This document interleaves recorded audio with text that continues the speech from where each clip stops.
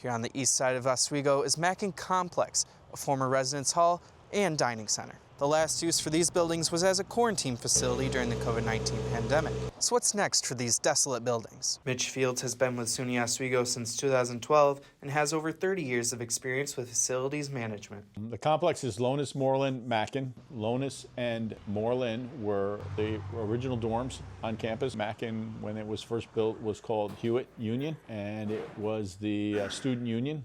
There are beautiful meeting rooms in there. There's a dining hall downstairs. The buildings were built in the 1940s after World War II in order to serve students who were previously living in nearby Army barracks, known as students as Splinter Village. What we call the Sheldon Quad, which has Sheldon Hall, Lonis, Moreland, Mackin Complex, Rich Hall, Park Hall, and Wilbur Hall, and then much later Lee Hall was in fact the original 1948 SUNY campus. Over the years, Mackin Complex's main use was dorms for students, but years have passed since they've seen that kind of life, and the passage of time has started to sink in. Right now I'm behind the Mackin Complex near the old receiving dock, and it isn't hard to see with the broken concrete, the overgrown vegetation, that this place hasn't been used in a while. But that doesn't mean the building is completely abandoned, at least not yet.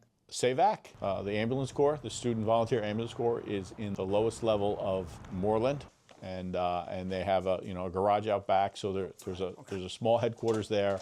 The rest of the building is empty. Lonis is completely empty and really sort of shelved. And Mackin Hall is the home of the major projects group on campus, and there's a few custodial people in there as well.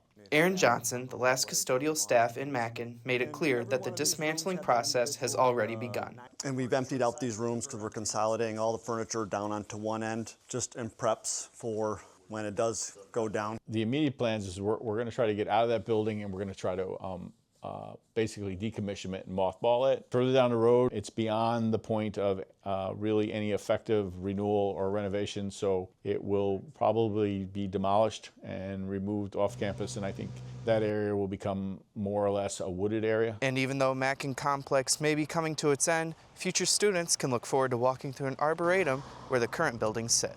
For Oswego Now, I'm Seth Appleby.